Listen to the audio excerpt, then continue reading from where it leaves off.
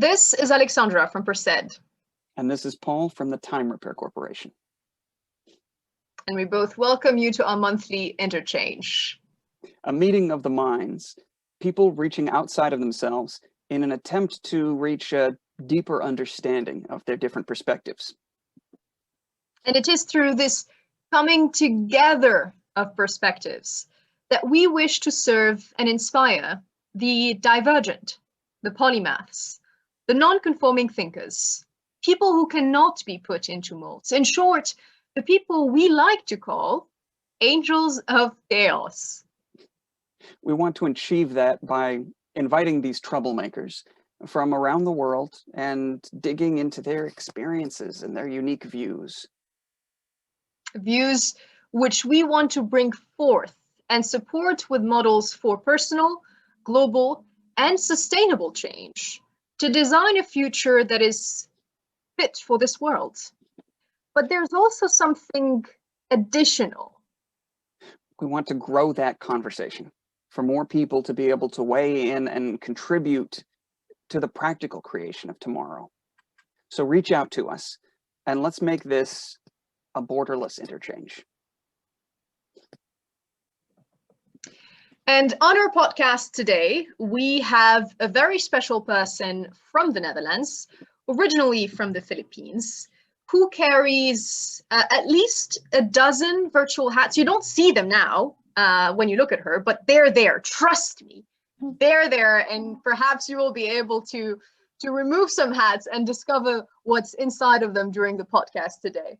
So a bit about Lana Jelenjev, Lana Kristine Jelenjev. She calls herself a community alchemist.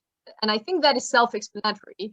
But what I'd like to add is that she understands what communities stand for and how they function. And she designs experiences that catalyzes connection. She is the founder of far too many organizations to count here. Perhaps some of them will go with the flow of the conversation later on. And she's very much involved in designing learning experience, in instigating neurodiversity in school settings, and in putting the 4 Ps, people, purpose, profit, and planet, at the core of the work that she and the organizations she works with, the core of what they have and what they do. She's previously worked with IDOU, the famous San Francisco-based hub for creativity and problem solving. The least we can say is that Lana is a true complex polymath that cannot be presented as just a few words. But I think you will come to discover that very quickly today on our podcast. Lana, I welcome you, and Paul also welcomes you. Thank you for being here. How are you doing today? Thank you for having me. I'm actually very much curious as to how the conversations would unfold. So thank you for having me here. Our pleasure. I think we're curious too. We have no idea how this conversation is going to unfold. There's a plan usually, but then some things happen, discussions occur. There's a chemistry, there's an alchemy in the process that we don't understand unless we go through the process and take it forward. But I think perhaps the first thing that I personally want to ask you, because of Per.Ed's work and my work in education, and the fact that you have so much experience in the field of education, what does transformative education mean to you? What is it? Well, for me, transformative education is when we can truly serve the needs of our students in such a way that they thrive in the educational setting and not just survive in an educational setting. I remember when I was doing a certification program on gifted education, and I was introduced to differentiated instruction. So mainly providing different avenues for students, for gifted students, to make use of their gifts and to excel and to be able to thrive in a school setting. And I'm like, why can't we not provide this in a regular setting? Why do only gifted students have differentiated instruction? And why is this not a norm in a regular school setting? So that for me really made me question, like, there are some limitations to the curriculum, to the educational system, and that is something that we need to also address. How we can shift from these traditional models of teaching to, I would say, what is the new way of teaching, especially this generation nowadays. They have information at their fingertips, with a click of a button, with even asking Alexa in the Siri, they would know information already. So for me, transformational education is when we meet the needs of students and also meet the needs of the time, because we cannot use old models of teaching to new ways of doing things. That's really Yeah, valuable. and what would the outcome of a transformative education be on individuals, children, lifelong learners? I would say that the outcome would be children who are self-full. So I've adopted this terminology, and I've really embraced this idea of self-fullness for quite some time now. And this came in with this complexity of, oh, when we give too much, people say, oh, we're so selfless. When we try not to give too much, people say, well, we're selfish. So for me, I saw that, and experienced it for myself when I got sick, when I got diagnosed with breast cancer, and I started putting boundaries and started saying no to things and started really feeling into my needs, checking in with myself. Believe me, I didn't even know about checking in with myself up until the age of 37, when I was ill. And I remember it very vividly in my head. My husband was called to go to work. Normally after chemotherapy, he would stay with me, but he was called to work. And so he went to work. And I was so frustrated because I was not getting any messages from him. And I'm like, how come he's not even, saying, how am I doing? And then he just dropped on me. I'm like, Lana, seriously, you're 37 and you're still waiting for somebody else to ask you how you're doing. So why don't you check in with yourself? And I was just like, oh yeah, I can do that for myself. So what I did as an experiment was I put on an alarm at 9 o'clock, 12 o'clock, 6 o'clock in the evening. And that alarm has just a, how are you? So when I hear that alarm, it gives me a minute to reflect and ask myself, Lana, how are you? So checking in with my feelings, how I'm doing. So these are life skills that I'm like, why are we not teaching this to children? I started teaching that when I also practice it for myself. I started teaching that at that time my kids were 5 and 7. So you can see how proud I am when my 5-year-old son came from home, and it's just out of the blue with it like, "Mama, check-in moment. How are you?" And I was just like, oh, how crucial that language is and that skill. And he was like, Mama, every time I go back from school, I'm gonna check in with you. He did. Yeah, he still does that up until this day. I have kids who knows how to ask, are you available, before before saying, oh, or talking about things. That's a part of what I've learned. And of like, we're just so used to dumping our ideas, our thoughts on other people without asking if they're available to receive them. But these are life skills that I've learned throughout the process. And this is what I consider to be a space of self-fullness.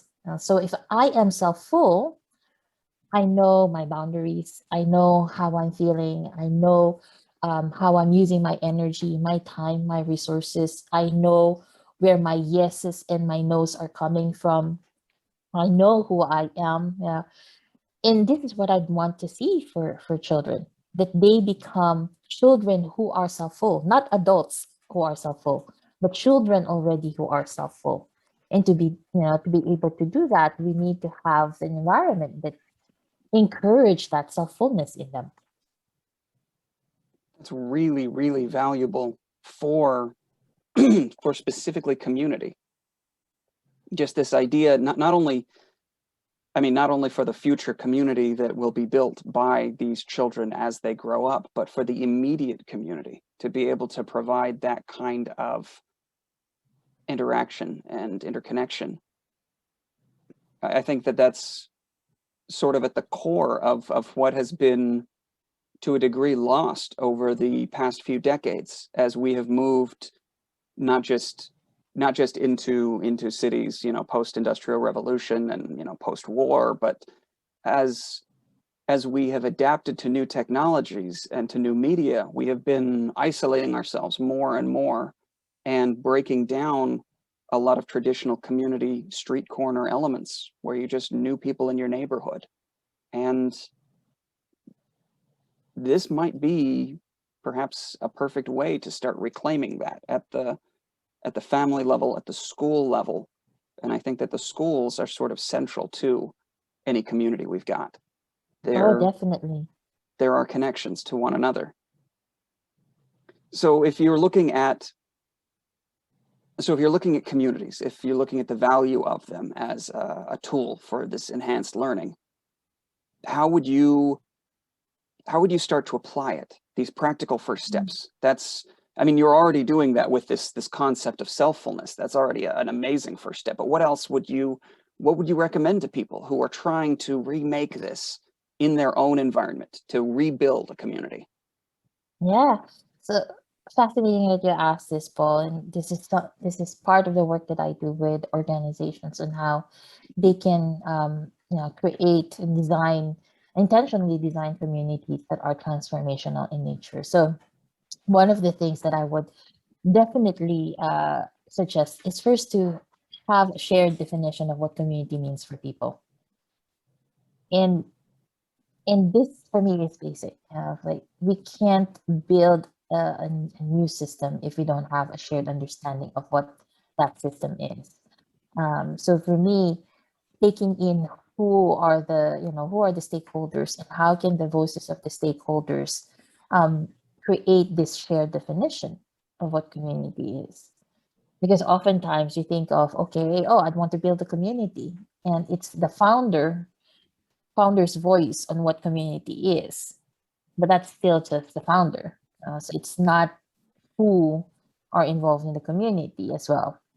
So it needs to have that approach of inviting as many voices in to have a shared definition, not just of community, but also all the other practices. A part of the work that I do with clients, I encourage them to write their lexicon. What is your lexicon of your community? What languages do you use to talk about yourselves, to talk about the work that you're doing, to talk about the future that you're creating? And this shared shared language, shared knowledge, I definitely connect it with my Filipino heritage. So in Filipino psychology, we have the term kapwa. And kapwa is your shared inner self.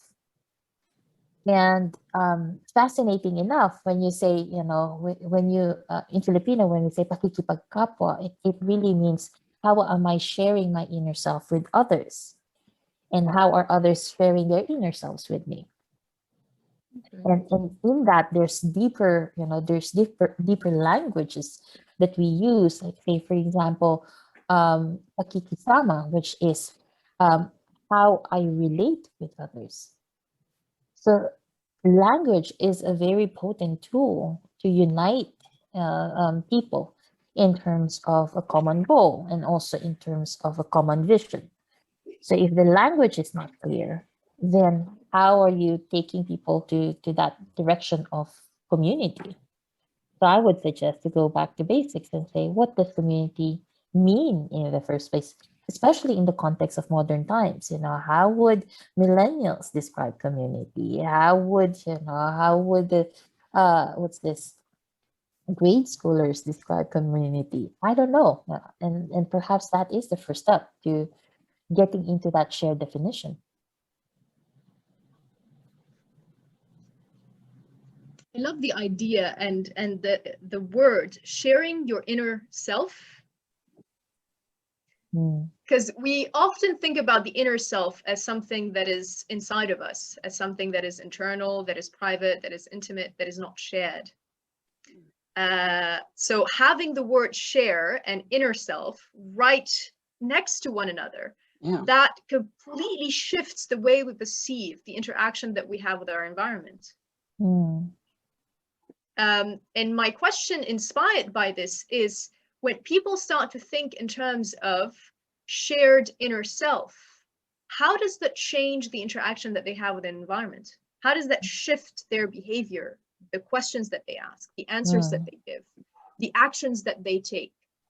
Yeah, I can give a very concrete example as to how we're teaching this in the family system. When my kids were very small, I started teaching them about this concept of pakundangan. Again, another Filipino term, which means your heightened sensitivity and consideration to others. So how we started is during dinner. So you have the meal, you have the food, and I started this practice of, if you see that there's there's still food left and you'd want some more, instead of getting it for yourself, you ask the rest that are on the table, is there anybody else who would want some? And if not, then can I finish it? It's a very simple practice, but it's a practice of tuning in with the rest of the other people that are in your space and getting to an agreement, getting to a consensus. And this is what my kids have been doing. So when they see something, there's a sense of, oh, okay, how many people are here? How many pieces are there? How are we dividing this?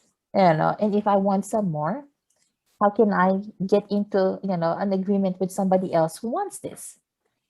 There's a lot of skills involved with just one act of teaching them to have an attunement with other people.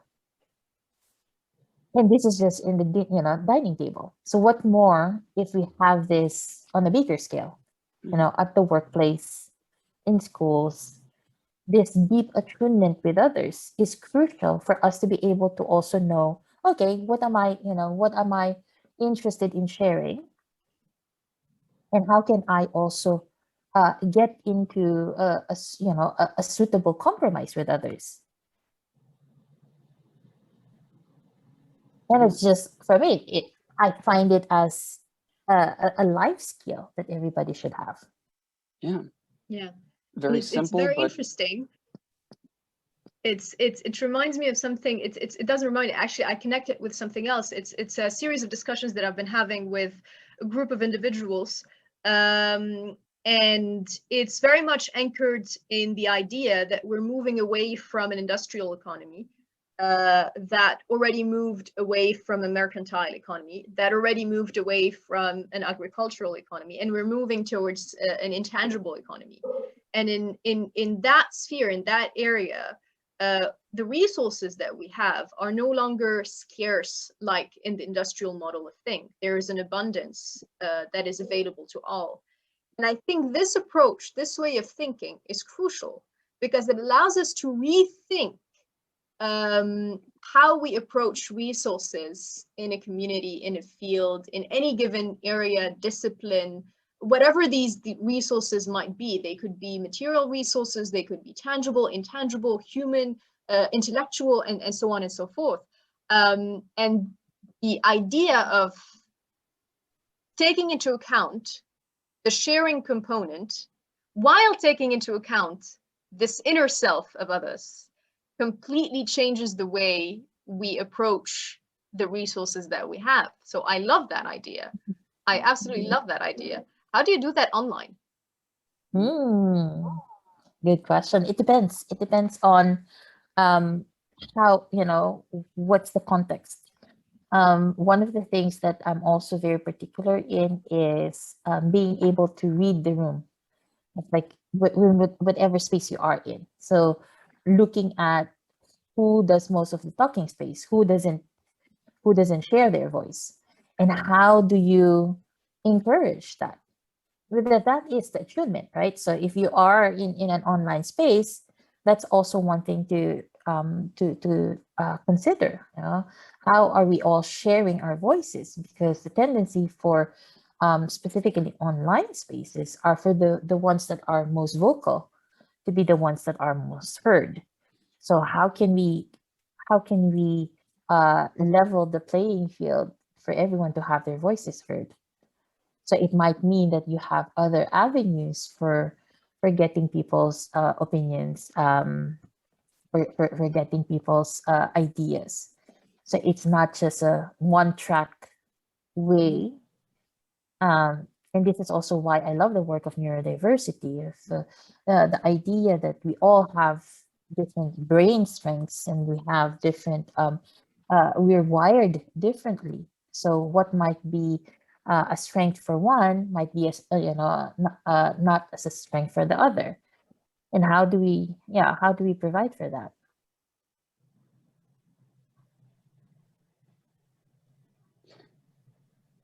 So when you're looking at that, that diverse viewpoint, when you're looking at how, you don't ask a duck to run a marathon, everybody's Have you heard of that, the animal story? right, exactly. You don't ask a fish to climb a tree, you don't ask a duck to run a marathon. These are just things you don't do. They don't make any sense. But we've all got these different perspectives, these different strengths, and I think that is it's incredible every time I hear about someone who's putting this into practical practice, who is making future educational spaces that recognize and value this. It makes me happy for the inner Paul that grew up needing this. Because I mean, again, we're all wired differently, and we all have, different ways that we, even as children, could start interacting and giving back to our communities and feeling fulfilled in part of that process, because that's a big part of instilling a value for community, is instilling a value for the self and what we can do in a community. But based on that experience you've got in learning experience design, in neurodiversity, what do you think have been the most valuable elements of education in those perspectives? Maybe also you could expand a little bit on learning experience design and how those valuable new elements differ from the traditional models. Yeah. If you wouldn't mind expanding, because that's the big thing that I've hit on with a lot of people who want to do things differently. They want to know, what's being done, what's so different about the Finnish model of education, or about these other new models, or working with neurodiversity. What is it that matters to you about this new and different design? But one I would say is, and a lot of people might disagree. I prefer to start with who than start with why. I remember this one time that I read an article by Michelle Bachman, and in it he wrote why it needs to be a golden spiral rather than the golden circle. And in that spiral, the who is the center, and then the why, and then the how, and then the what. And it's a spiral. And when I read that article, especially his words around the why is a good the why is a good story, the who is the lived experience.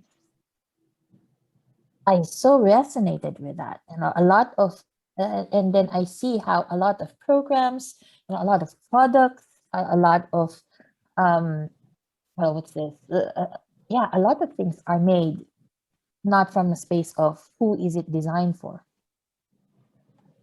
Who are we designing this community, this program, this product, this service for? So that shifted me of looking at it from a lens of, instead of starting with why, to starting with who. And funny enough, Michelle is now one of my, I would say a close friend.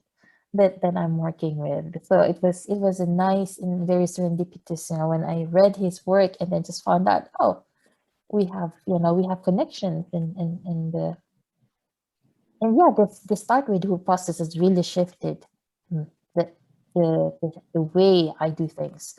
Before when people ask, oh, what do you do? Oh, I'm a curriculum designer. And when you're a curriculum designer, you're focused on the content, how the content are put together, what are the different building blocks around it, which is also why I've shifted to learning experience designer. Because now looking at who am I designing this for? And what is the best learning experience for them to, to make the most out of the materials. And this shifts a lot, from the type of content that you would provide, the type of activities that you would add into, even the length, the depth, all this stuff shifts because you start with who. And I remember one client that I have when I introduced the start with who process. She is a coach for C-level professionals who are going through burnout and somehow going through depression. And then I introduced this concept of start with who. Let's look at who are you designing your programs for, and adding to that is a model that I like introducing to people, which is the Satyr change model. That's a very simple model to look at where are people at in their change process. So at the start of the Satyr change model, you have like your late status quo, things that you are, your comfort zone, and then a foreign element comes in that entrusts you into a space of chaos. So it's so easy to put that in the context of COVID, right? So we have before COVID, that was our late status quo, and then COVID happens as a foreign element, and now we're in a space of chaos. And some people stays in a space of chaos far longer. Some people experiment, do things up until to a point that they get to a transforming idea and say, hey, wait a minute. If I try doing this more, I'll get out of this space of chaos. So it gets to a transform, a space of practice, integration, and then eventually to a new status quo. So for me, when we look at this framing of not just where, who we're designing people for, but also where are people at in this change process, then we provide them with the most applicable type of service, program, product that is valuable for them. So that's one, that for me is one shift that I did personally with how I do in approach client work. And then another, of course, is the strengths-based approach. A lot of our models, a lot of our thinking is deficit-based. What do they need? What are they lacking? What can we provide? And for me, I want to challenge people to ask what is inherently there with the people that you're providing these services for. What are their strengths? What are their assets? What are the different assets that they bring in, be it social capital, the networks that they're part of, the connections that they have. These are all assets. And when we fail to acknowledge that, that people have resources within themselves, then we're going again to that model of we know better, or what's this? We get into that model of, oh, only our work is better. So for me, when you look at it from starting with who, and then embracing this idea that who we're designing for have strengths, inherently have assets, then everything else would shift. I love it when you said we know how to do it better approach, because it is true. It is true. If you break it down to its fundamental principles, this is how the system works. Yeah. I know it better. I do it my way. Right. And it's super patronizing. but like that's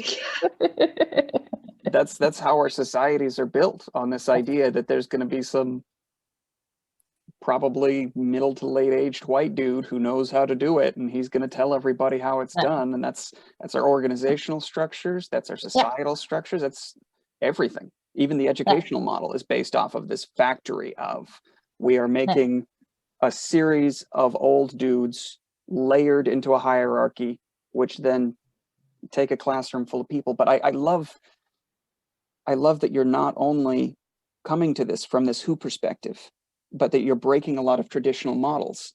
We usually have this where we're now just desperately trying to get people onto this model of circularity, of having a closed loop where, you know, you then restart it. But that model in itself is already way behind, because a circle, that closed loop, is trying to show a dynamic system in a non-dynamic way. If you turn your perspective on that circle, you'll see that it's not just a closed loop. It's a corkscrew moving forward in time. Yeah. And we're only getting that one moment in it. The golden spiral that you mentioned is precisely that. It's a dynamic model where, by assessing this who, this what is needed, this why, but all of these working in tandem, you can actually move forward with your community. You can actually grow dynamically, assess real-time needs, use your experience wisely. This is just incredibly valuable to hear about. Going back to what you said about use your resources wisely, you know, and going back to that story of my client who's a coach. So we did this exercise, and her biggest insight was, Lana, I don't want to work with people in chaos. And her entire program was built around people in chaos, you know, those who are depressed, those who are burnout. And she's like, it takes too much time working with them. And that's not the best use of my time and energy. So she flipped her model to more awareness building, so that her goal was to minimize that space of chaos for managers, for professionals. But this is that, you know, if we have an understanding of also what we bring in and what we want to, you know, how we'd want to serve others, then we make use of our, you know, our own assets, our own strengths better. Exactly. And then we also get out of this loop of creating something just because. Right. I remember there was I attended an entrepreneurship program before, and there was this guy who was so proud about his product idea, who was funded, you know, had some VC funding, and Alexandra, if I, you know, the idea was a bracelet, and in that bracelet is a very small capsule, and in that capsule it's like a stink bomb. So the idea is, if you're being, you know, harassed or you're in danger, if you break that bracelet, and it would stink up the place to a point that the entire block would smell it. So it's that's a hazard stink bomb attached to your body. I love it. That's kind of ridiculous, but that was, and then we challenged it. And I'm like, did you really ask women if they would want that? Right. You know, and I was like, oh, but you know, for their protection and I'm like, no, seriously, did you ask women if they would want that? And at the same time, we're like, did you also get into conversations with, you know, with predators of would it keep them away from it? Because I know that, you know, like, this is a place of power. You get a kick out of the power that you have over someone else. So if this is done, would it not, you know, increase that, you know, power? I'm like, hey, right, escalate things. And they weren't open to hearing what we were asking. It was the two of us, two women, who were asking the questions in mostly a room full of men. And we even heard some irritated comments from other men. It's like, oh, just let let them do their product. Like, But they this is need this. why. They need to hear Exactly. these dissenting voices. They need to hear the who that their product is supposed to be selling to. Like, I Yep. wouldn't want to wear that, and I'm a man. Like, I want to smell really bad. Like, Yeah, and for days. It's not just right, it stays with you right. for days.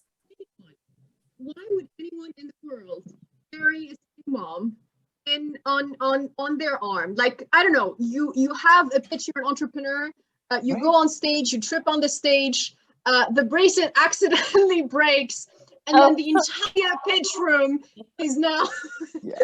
is now in a complete mess. Right, right. This is effectively designed to be a little personalized disaster.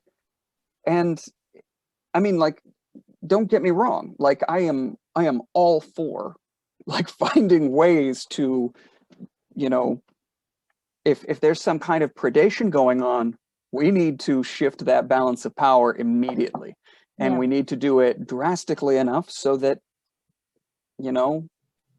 it sends a more lasting message. Because Yeah, but this is also how we see, like in the field of business, yeah, how distorted this is, because it's not just that the idea is already distorted, yeah, but the understanding that you know they had backing, they had financiers who backed this Yeah. idea. yeah, And worse was, it was also a city here in the Netherlands backed it with some funding as well. And we're like, Yeah. you could have used, I don't know how much it was, you could have used that 10,000 euros in training teenagers yeah, on how to go about what's this, respecting women, yeah, respecting girls.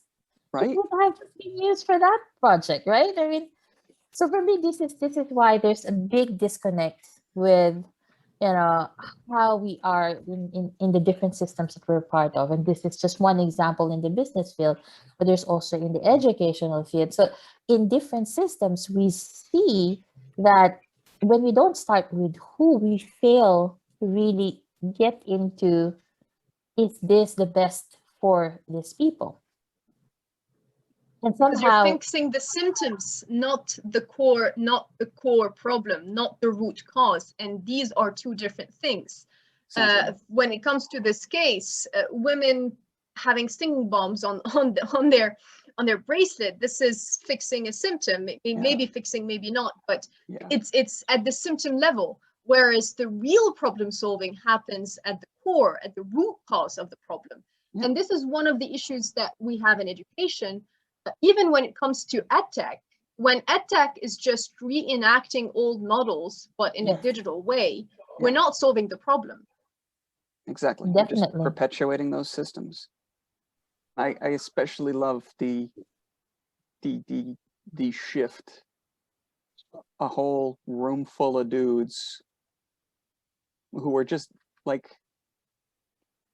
because I get, like letting people speak. I get that. That makes sense. But like, if it's a shitty idea and somebody brings up why it's a shitty idea, you don't just, oh, well, let the guy talk. Like, are you kidding? Like, the guy needs to hear it's a shitty idea. Like, this is purely the perspective that I have that has led me to I want equality and as much diversity as possible, because one of the greatest disservices that you can do to somebody is to let them continue with a really skewed view of reality. And I think of it like a house party, right? You've got a whole bunch of people there at the house party, and they're all playing a video game together. They're playing Mario Party or something, right? Some kind of game where everybody's just throwing the controller around to whoever's next, and everybody's having fun. And there's one guy, right, who's been sitting there. He's been dominating at the game for half an hour, and he's super proud of himself. And everybody else has been coming in and playing against him, and they have just been, falling short left and right, no matter how good they are, no matter how much they're working at it, and he's just breezing through. And then you realize the host comes in and the host says, oh, yeah, dude, you're playing my little brother's account. We have all the settings set so that, you know, you're getting all kinds of handicaps on everybody else. You're playing easy mode, bro. Like, you've been this whole time playing easy mode. That guy at that moment, when he's learned this, that all of his pride is based on nothing, right? He has a choice.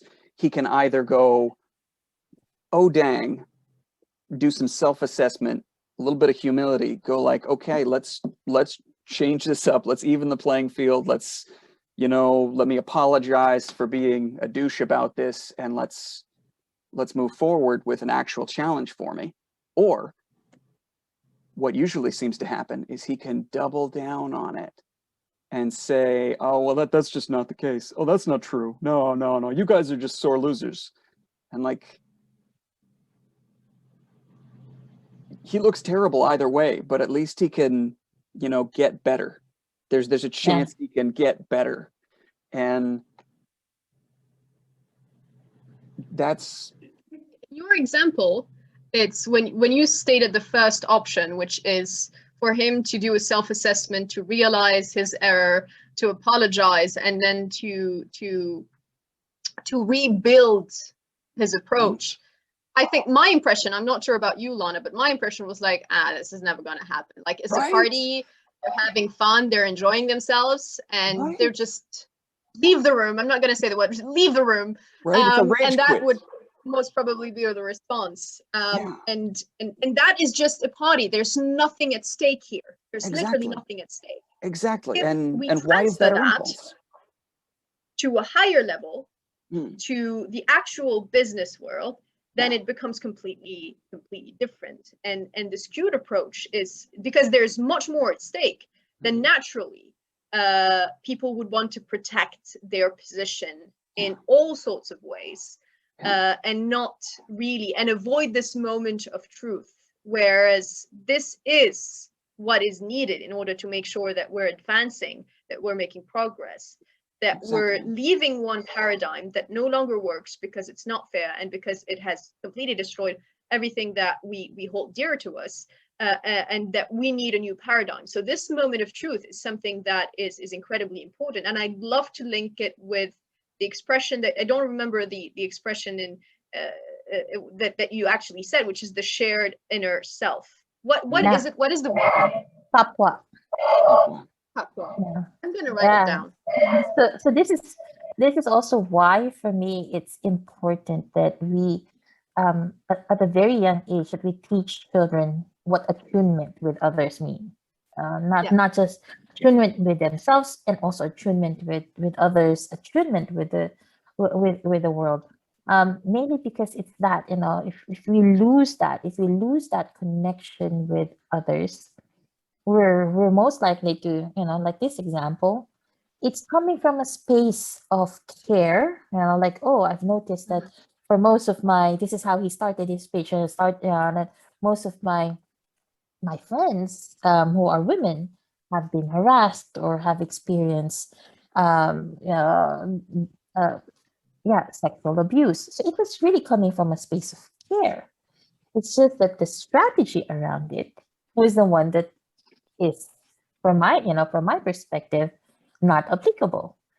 And like what you said, Paul, you know, he could have taken the route of listening in to women's voices and adding that in you know, recreating his ideas, or or finding ways in which he can provide more evidence for his ideas. But he chose the other way around.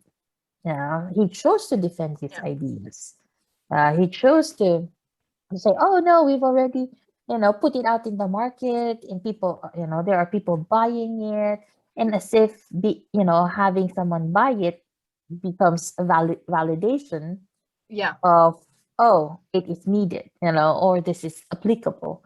So for me, if we go to that route of teaching attunement at a very young age, then we can really get into a space of in designing, in creating, in interacting, we are with that lens of, okay, I know, where myself and my needs are coming from.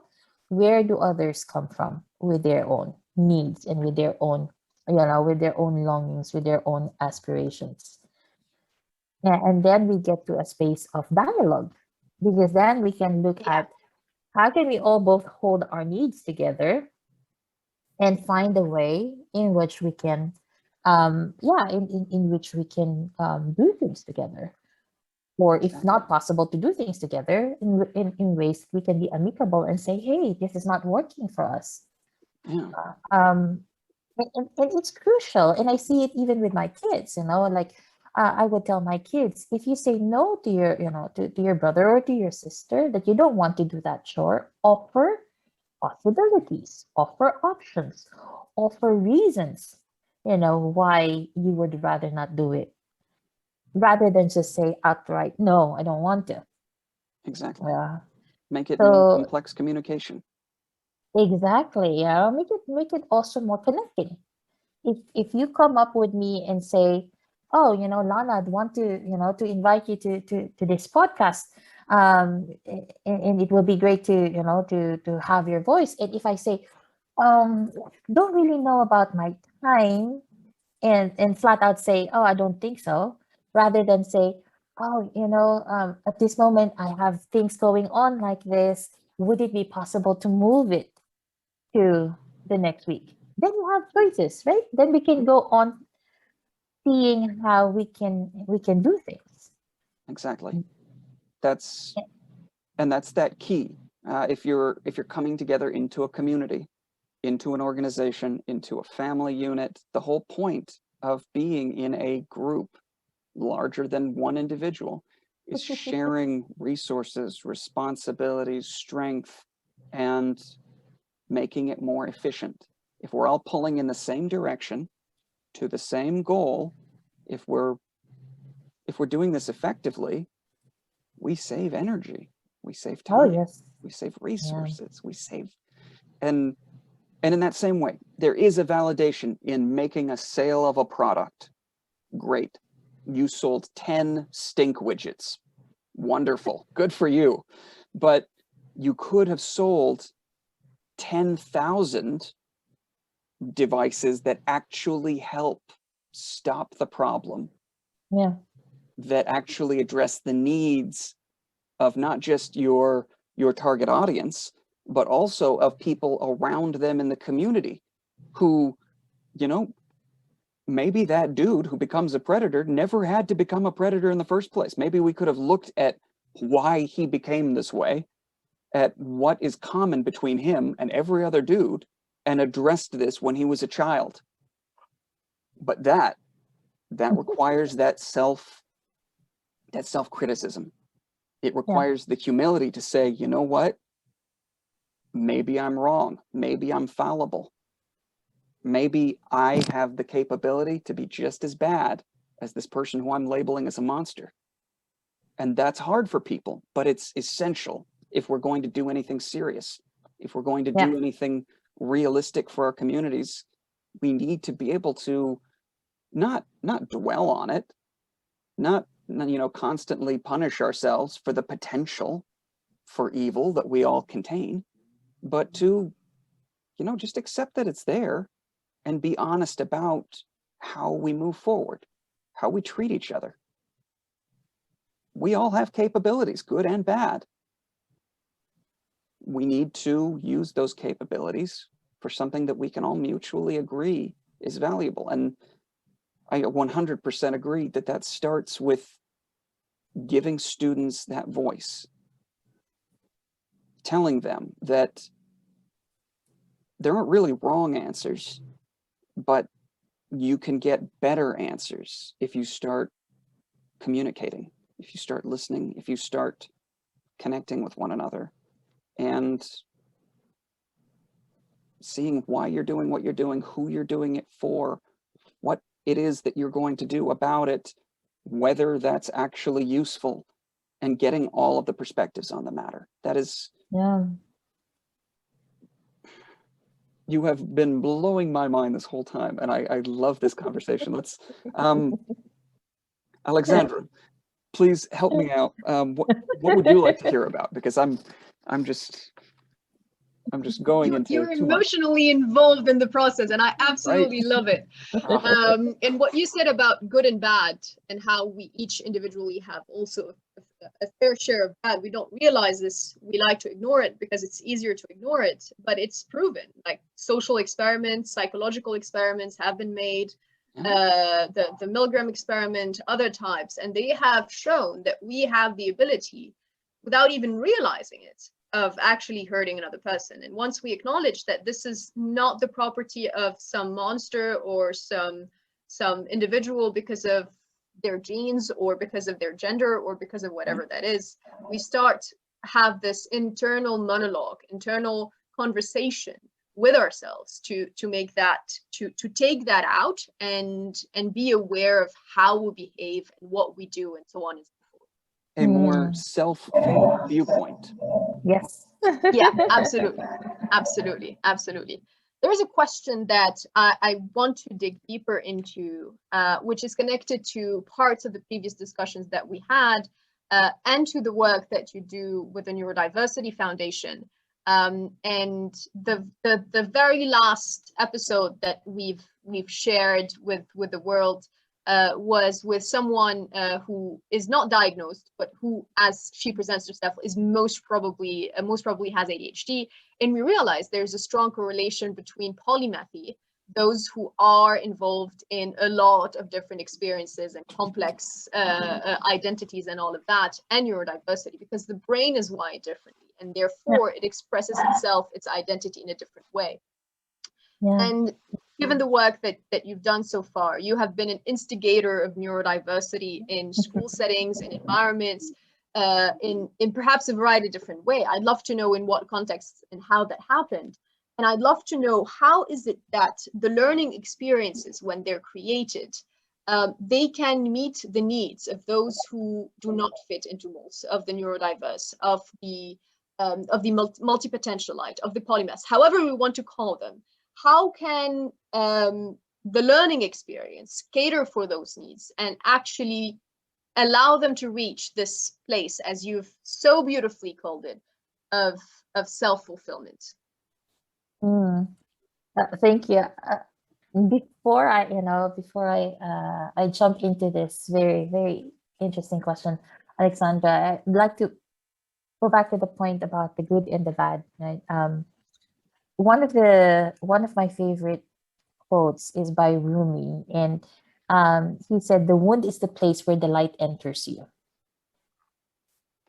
And how I see it is that, we're all wounded individuals. It just differs in intensity on how wounded we are.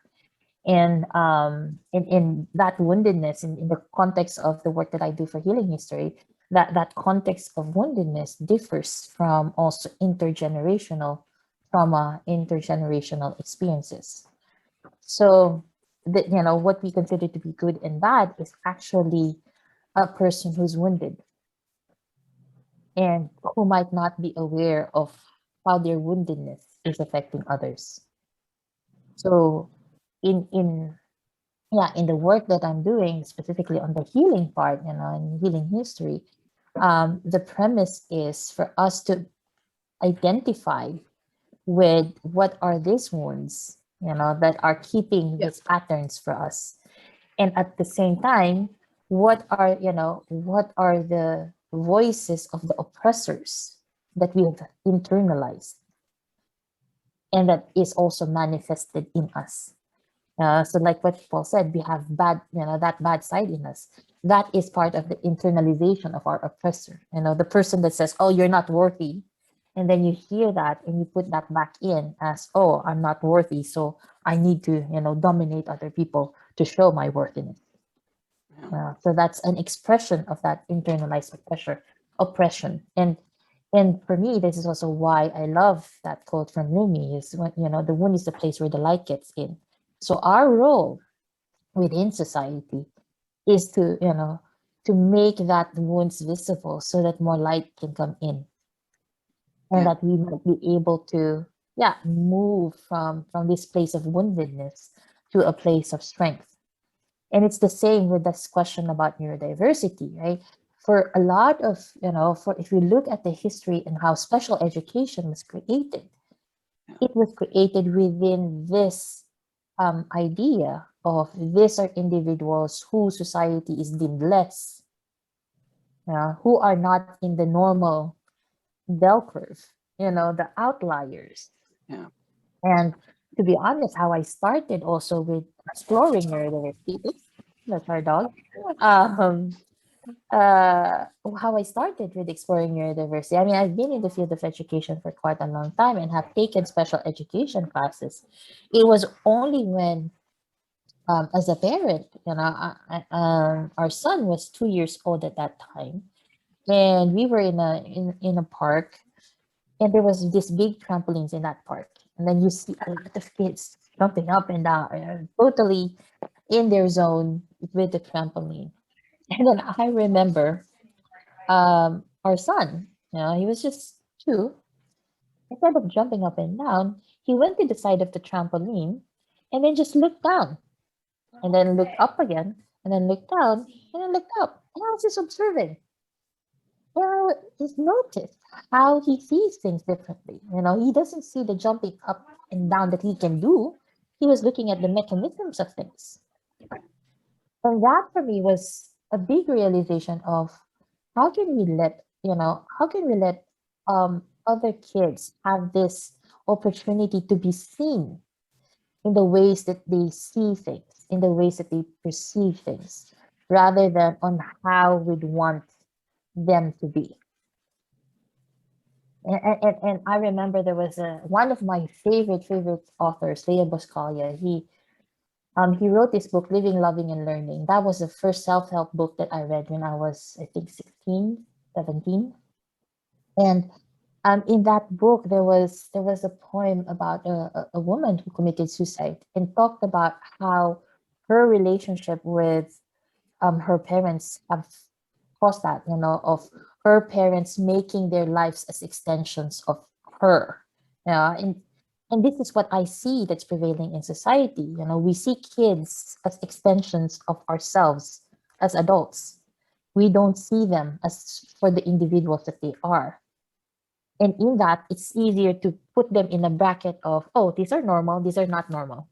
And then we also have on another end, they would say, oh, these are them gifted, like, so it's like we're putting them in all these labels and brackets that we fail to see the strengths that they carry within them.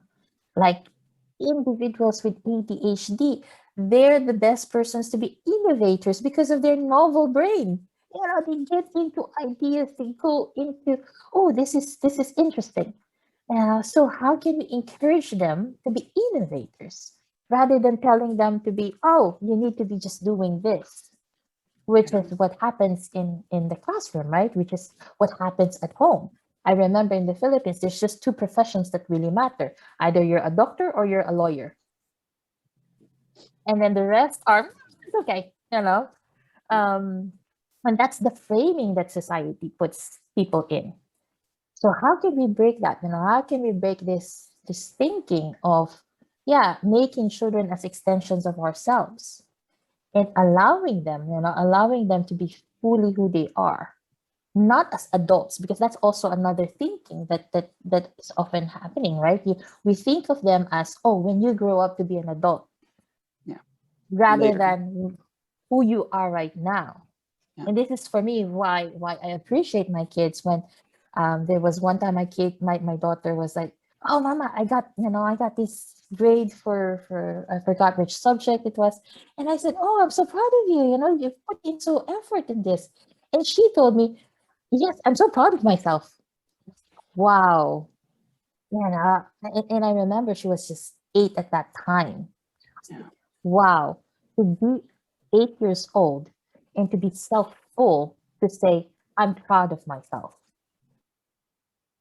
And this is why the work with neurodiversity is really important, because we want neurodivergent individuals, neurodivergent kids to have that sense of fullness as well, and pride with themselves, because it's not that they're, that they're abnormal, as how society, or deficient, or that they have a disability as how society puts them in, but it's because they have, we all have different brains, and we have different brain strengths. So how can we amplify those brain strengths? And this is why the work with neurodiversity is very important for me. It's like, if there's anything that I would like to really emphasize, is, can we celebrate, that we have different, that we're all wired differently, and that difference in how we are wired expresses itself in a lot of ways. And what might mean, easy for you might not be easy for another, but might be easy for them in other ways. So it's really embracing that strength.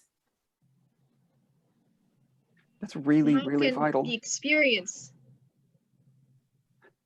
Please go ahead, Alexandra.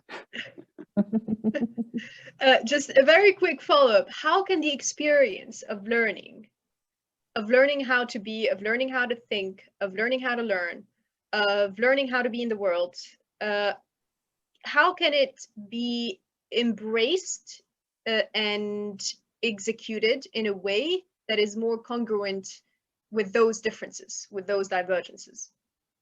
Well, the thing is, it's not different from anyone else. In the same way that you would provide a child who you consider to be gifted, or a child who you consider to be within the normal range, it's the same. You're treating them as human beings. So if we see them as human beings who are capable, who are carrying their own strengths, carrying their full possibilities within them, it doesn't matter, if they have ADHD, if they have autism, if they're up the scales in the IQ, it doesn't matter, because at the end of the day, what we see is their humanity. And that's the importance of perception, and how we perceive things eventually affects the way we do things, and eventually affects the way we interact with the world, and we allow the world to interact with ourselves. I love it. Paul, you wanted to say something. Yeah, I was going to just, well, I think the best thing to do is actually to thank you for trying to focus on a very different perspective than perhaps the one that I was raised with. I'm 37, 38, someplace around there, and I have trouble saying I'm proud of myself.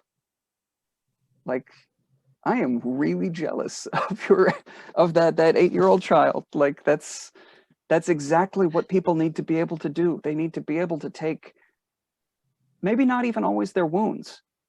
It just so happens that the things that make us different are often the things that are targeted, that become the sites of wounds.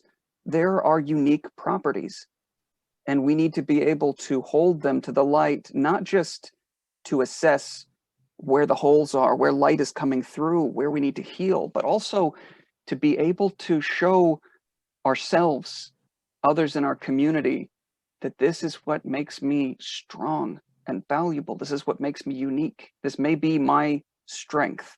This may be my unique property that could be beneficial to everyone.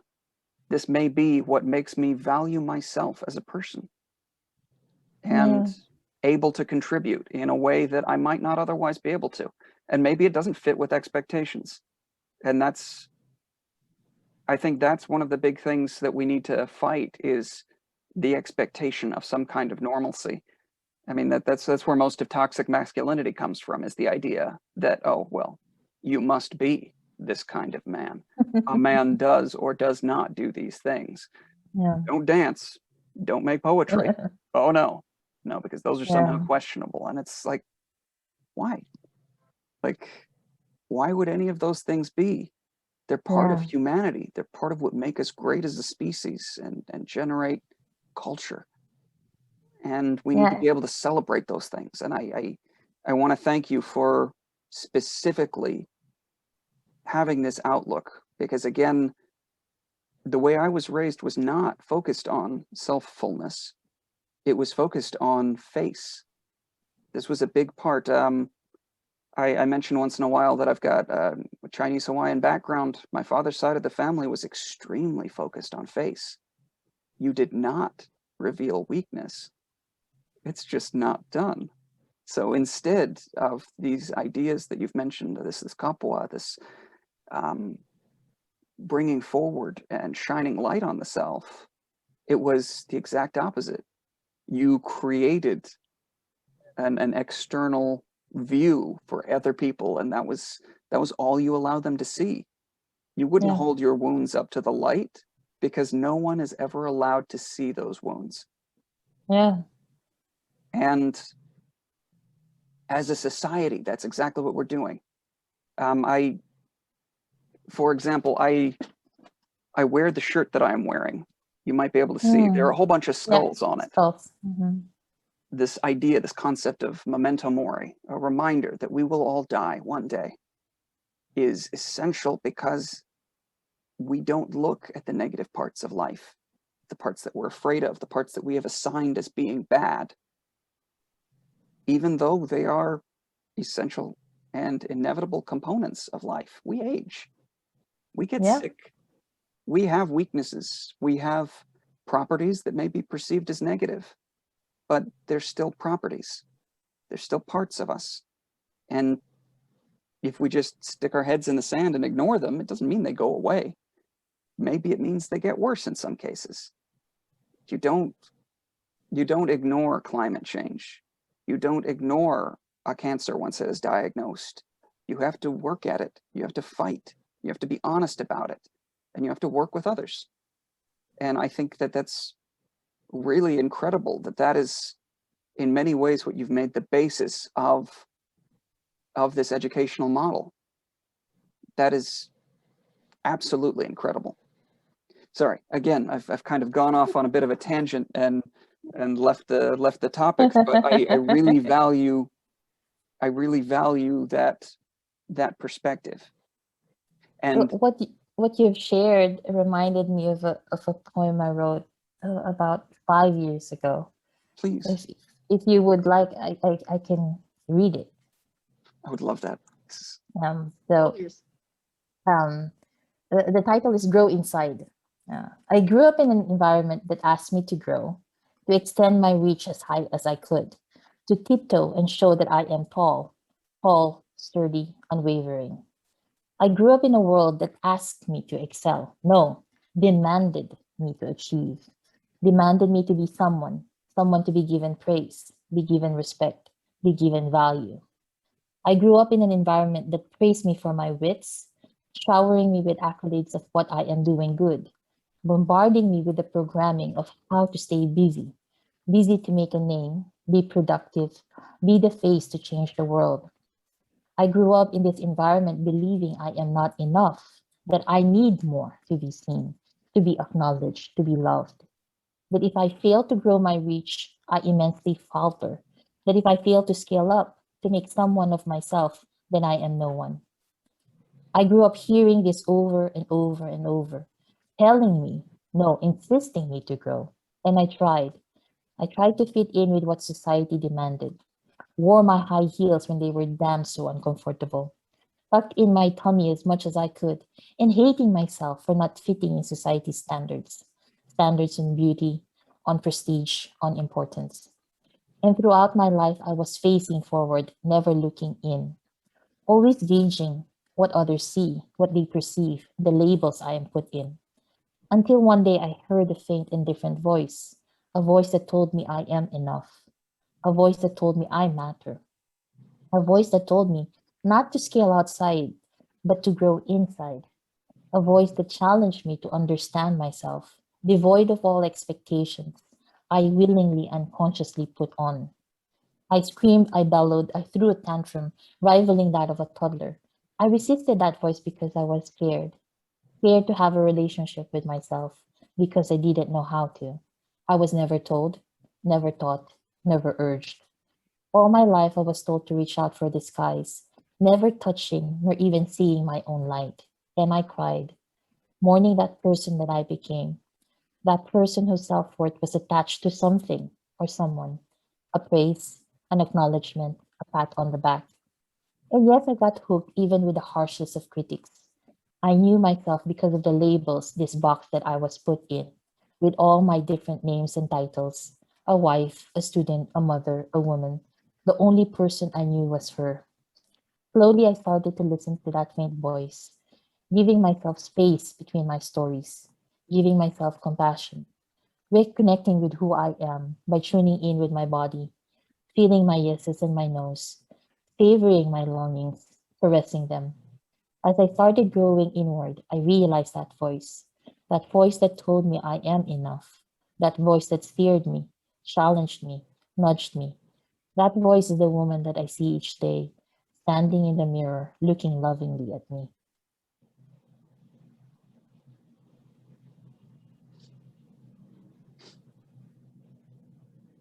Paul and I don't know exactly what to say, which explains the moment of silence. I absolutely love it, and at some point, I felt like so it was a very strange feeling. I felt like my heart was growing bigger.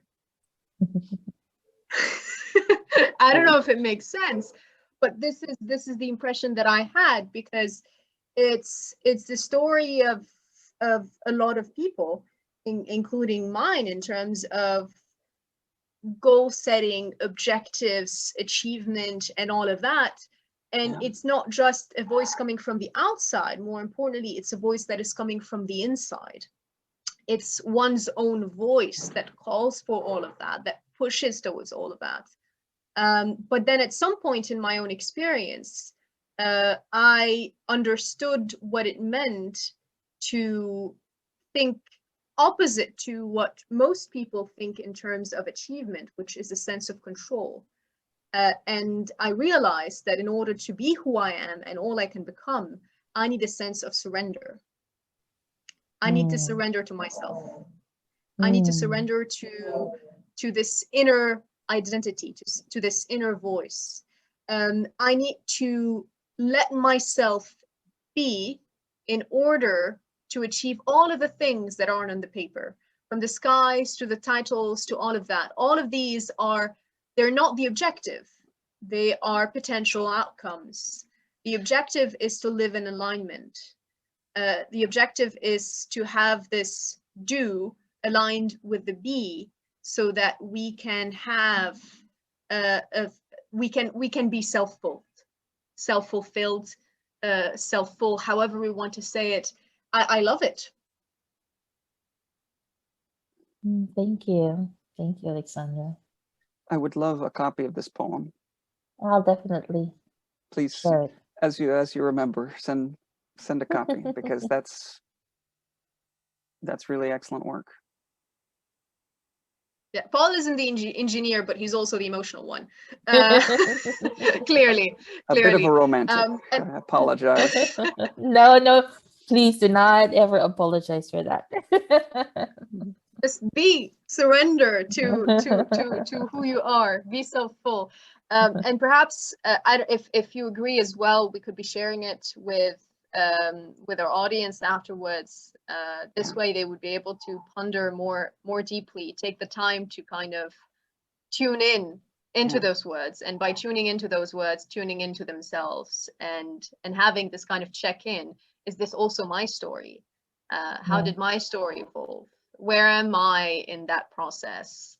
What is the next step for me? What do I need to realize in order to live my life?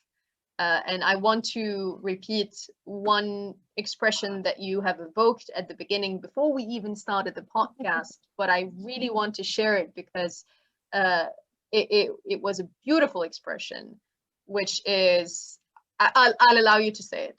I think you know which one I'm talking about. How not to focus on leaving a legacy, rather to live a legacy. Yeah. Absolutely that. I think that poem is the poetic expression, the slightly longer poetic expression of what living a legacy and not leaving a legacy is, in fact. Exactly. That poem beautifully breaks down that heartfelt need that I think is common to a lot of us, especially in the current age. Everything is centered around not being present, not really. It's all about being able to have a title or an acknowledgement from outside, not about just being comfortable with your own skin, with your own self underneath that skin, with a bit of criticism, not in a horrible way, but in a self-assessing way, in order to, does it matter? Whatever it is that's coming in that's bothering, does it really matter? What would you say are your top 3 tips for lifelong learners? I was going to ask initially about, do you think it's ever too early to start really learning these things? But clearly you agree with me and feel like it's never too early. You get people started right now. Doesn't matter how old they are. Get them proud of who they are right now, the present. But what would you say for the people who are in the present and who are still learning? What are your top 3 tips for them? So if you are, I think, again, going with who. So if you are like an educator or in the education field, I would say the first and foremost tip that I would say is how might we create a classroom environment that amplifies strengths? So make that as an area of exploration, from your lesson plan to how your classroom is arranged, to how you design the interactions within students, to how you interact with one-on-one students. How might you as a teacher amplify that strengths within the classroom setting? And then if you're a parent, like me, one of the things that really served me, and that was also, I would say, challenging at first, was understanding my own boundaries. I remember the first time that I told my kids, "Mommy is not available right now." That was monumental for me. They were 5 and 8-year-olds who, for the most part of their lives, from when they were born up until they're 5 and 8, always thought that if they have ideas, they have something to say, mommy is the go-to person, and they'll barge in, but holding on to that idea of helping kids understand boundaries by me setting my boundaries was one of the pivotal moments in my parenting life, because that's when I practice what I'm preaching to my kids. How would they know boundaries if they don't see it, if it's not modeled for them? So it came into, practicing. When you have something to say and mommy's doing something, you ask, "Mommy, are you available right now?"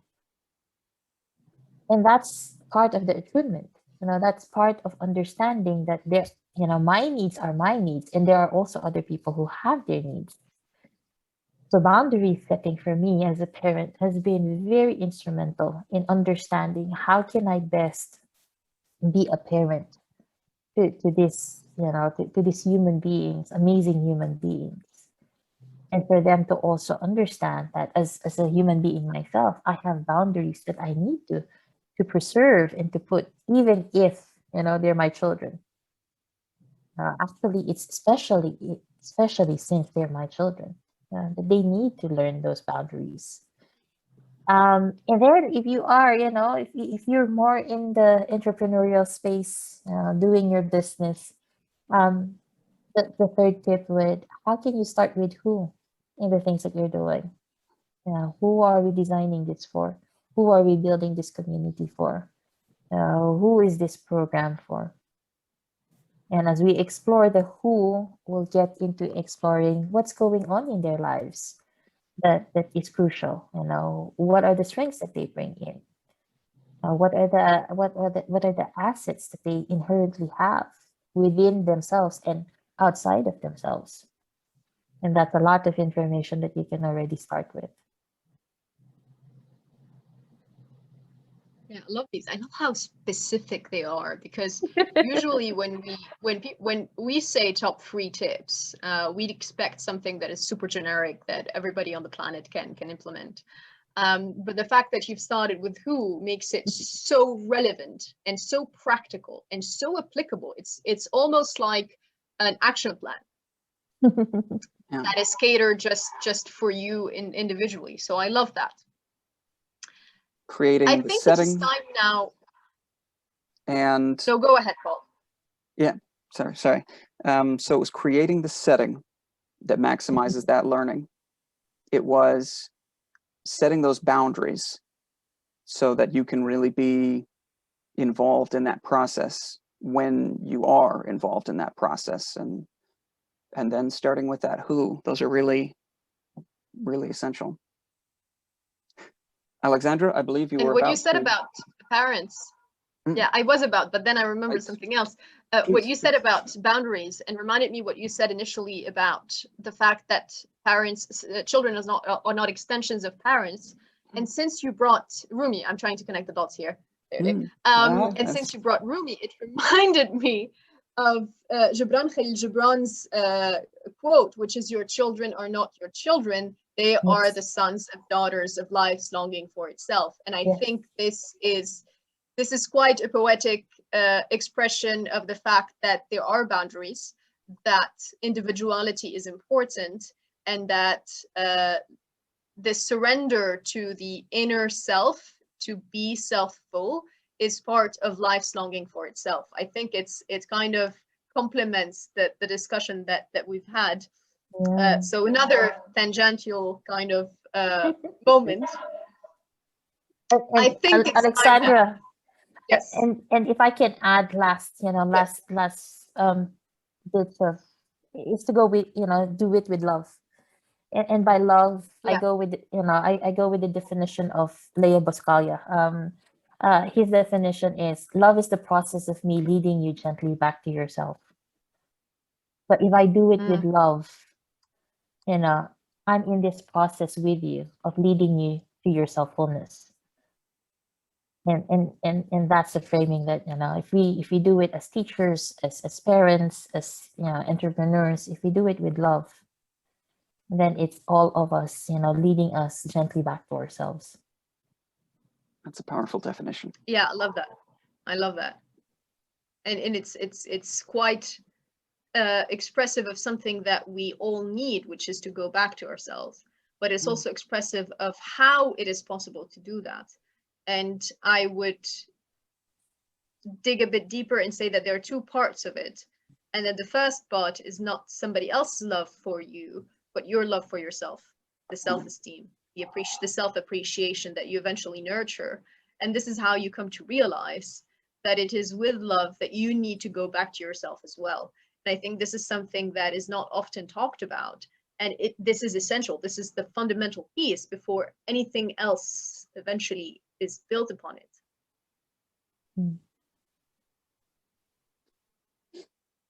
I'm not sure if I'm going to risk another I think, because every time I think, another thought comes in, which is amazing, because this is what discussions, conversations don't have to be neat and perfect and structured. Sometimes there's an overlap. We have thoughts, we need to share them, and that's the beauty of it. Yeah. And connecting those dots is just such an important part of that process. Yes. Connecting the dots is my middle name. Well, not exactly my middle name, but my motto in life.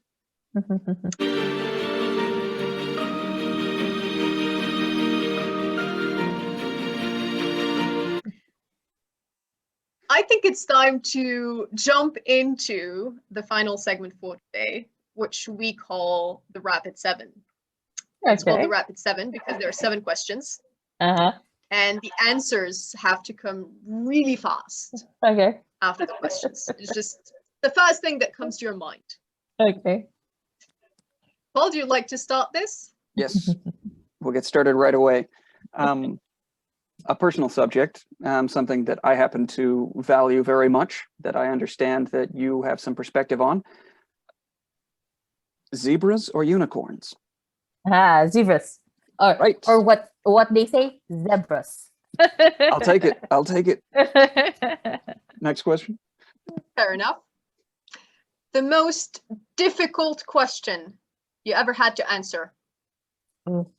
When my daughter was 8 and she asked me, Mama, will I have it too?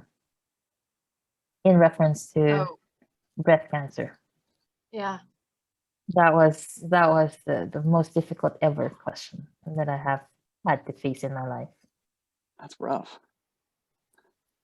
Question 3. We'll jump forward. Describe the future in one word. Hope. There's a lot of hope. Describe the present in one word. Chaos. There's a lot of chaos. Certainly is. That's good. Describe your state of mind in one word. Serene. Nice. A proper response to That's chaos. important in chaos. Absolutely. Absolutely. What has been your favorite age thus far? When I reached 40. 40 was that's when the time you're like, oh, fuck it. I won't listen to other voices anymore. That's when I truly embrace myself. You are giving me not only hope, but a feeling of serenity. This is exactly what I need to hear. It's the best. It's the best. And at the same time, it's a lot of really self-reflection. So it's a very good space. That's good. An inspirational message in no more than 5 words. Oh, be selfful. Fantastic. Have it brief, short, concise, strong, powerful. It encompasses everything that we've discussed thus far. I love it. I love it. We've even established and agreed on the lexicon. Yes. Yes. Yes, we did. Yes, we did. I think this should go hand in hand with Angels of Chaos. Selfful Angels of Chaos. And hope. A lot of it. Well, I think, and this has been part of my obsession for the past 2 years because of everything that is happening with COVID-19 and the pandemic, but also, and perhaps even more so, because of what's happening in Lebanon at the present moment with 90 to 91.5% devaluation, hyperinflation in the top 3 in the world, next to Venezuela and Zimbabwe, and then right after that, Syria and Sudan. So it's a complete disaster from that perspective. And capital control and fuel shortage and electricity problems. Luckily enough, I had none today. So when there's all of that chaos, what is the driver? What is the motive? How can we move forward without hope, without serenity? And I think those two that you said, the state of mind and the way you look at the future, which is with hope and serenity, these are really very kind of, they're strong anchors when we live through chaos, when everything around us is chaotic. These are two things that really give us structure, that give us some sense of certainty, while being uncertain. So the certainty that I am serene, that no matter what happens, I'm in control of my mindset, of my peace of mind. I have agency over that. And embracing uncertainty. I don't know what tomorrow would look like. There is no certainty that it's going to look like anything that it looks like today. And I think these two are very, very powerful. And I think there's a breaking of the mindset here, to that extent of never in our lives have we been certain of anything except death. Yeah, so it is a fallacy that we're living in this world that there is certainty. So if we break that barriers out and take that mindset out, you know, what is left for us is a space of possibility that we can experiment, that we can try new things, that we can redesign ourselves, that we can reinvent ourselves, that we can, like what Paul said, you know, like that we can do things that can shift the course of time. Yeah. One step at a time. Exactly. Absolutely, absolutely. And the interesting part is that we don't want certainty in life, because if everything is certain, then everything is boring. Then we don't have free will, that we don't have agency, we don't have power over we don't have change, we have nothing. Yeah. So certainty is we, for some reason, we want to have certainty because it's our needs as primates to know what's happening in the world around us, to protect ourselves, to survive, and this is part of what we carry in terms of how the brain is wired and how we interact with the external world. But if we break it down, as you said, Lana, we realize that we don't want that in our lives. This is the last thing that we possibly would want to have. Imagine if we're 100% certain of everything that's going to happen in our lives from the moment we're born to the moment we die and beyond. How crushing that could be, how boring that could be. Yeah, there's not a lot that would make me angrier than that. Just dismal, right? right. This is the concept of this. And I mean, we shouldn't have to worry about this idea of some kind of fate or predestination. Things will happen sooner or later in our lives. There may be some degree of inevitability in them, but what we choose to do with our time is what determines that. It's those choices that make that difference.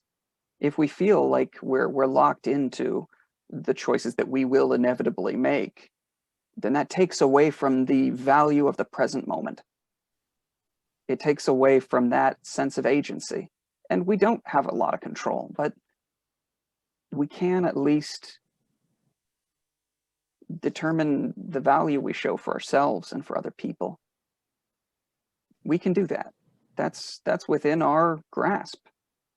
And nothing takes that away, even if it's something that we were fated to eventually do, to show the people in our lives that we care about them the way we care about them.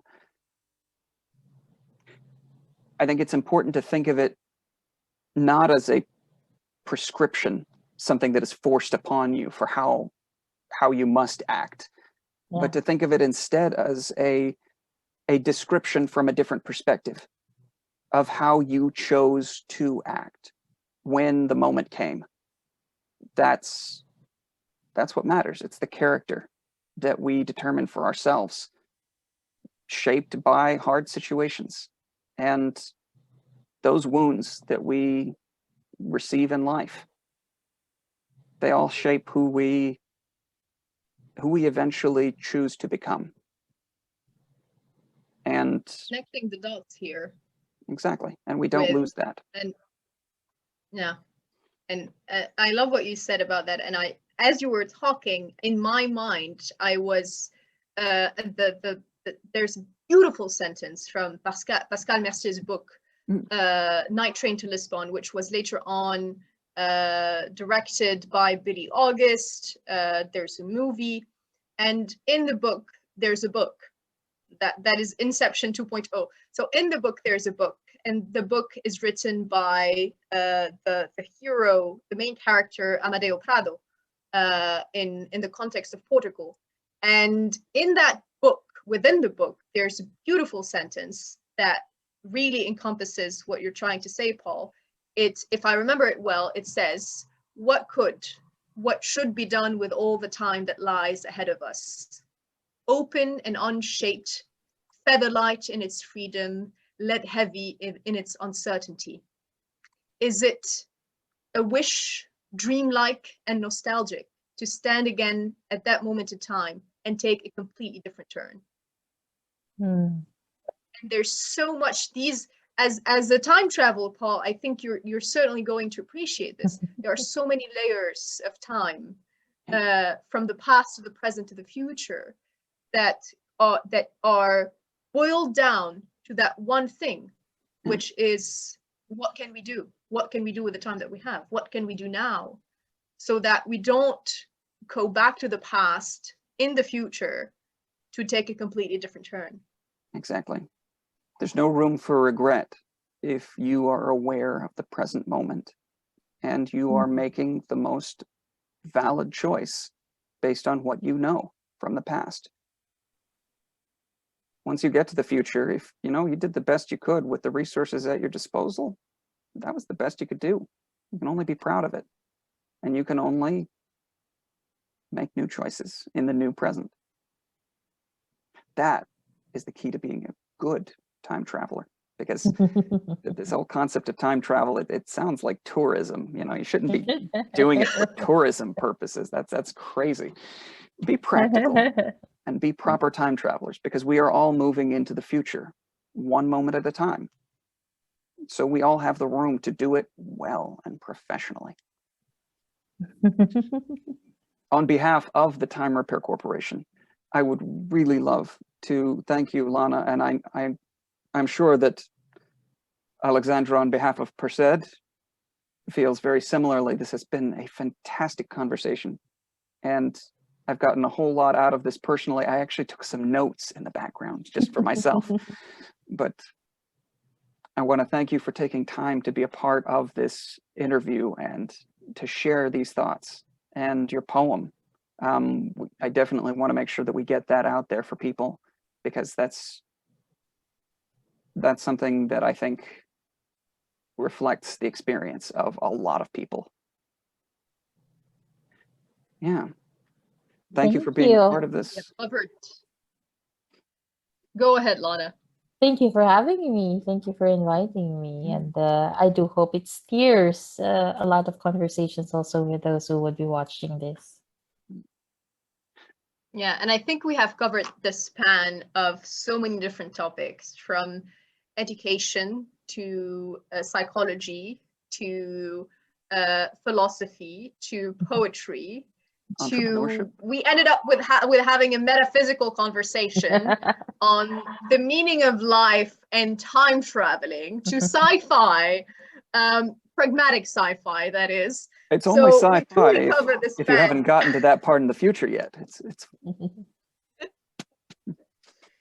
So we truly have covered a variety of topics. And when I first said that Lana wears a lot of virtual hats that you perhaps cannot see, I hope by now you can see them, because they have been revealed one after the other with all the different conversations. I myself have discovered hats that I didn't know existed, and I'm very happy that I discovered this today. So if I discovered like a couple new hats now, I hope that you appreciate all the different hats that you got to kind of discover now with us.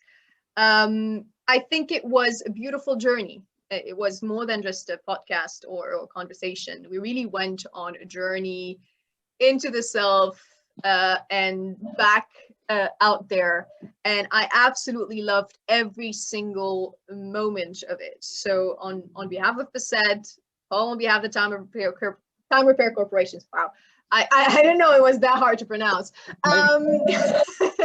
On behalf of the Interchange mission, vision, ethos, on behalf of our audience, that I hope will also take notes, because I did take notes as well.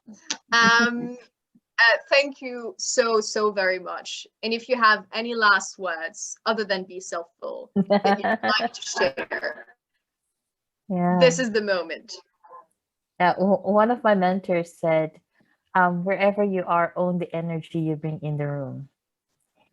And yes, this is what makes things different. You know, this kind of conversation is us owning the energies we bring in the conversation.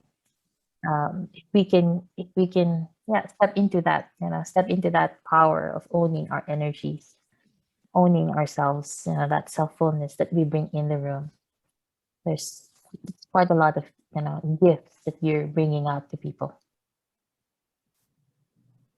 Fantastic. I love it. That's the perfect way to end the podcast today.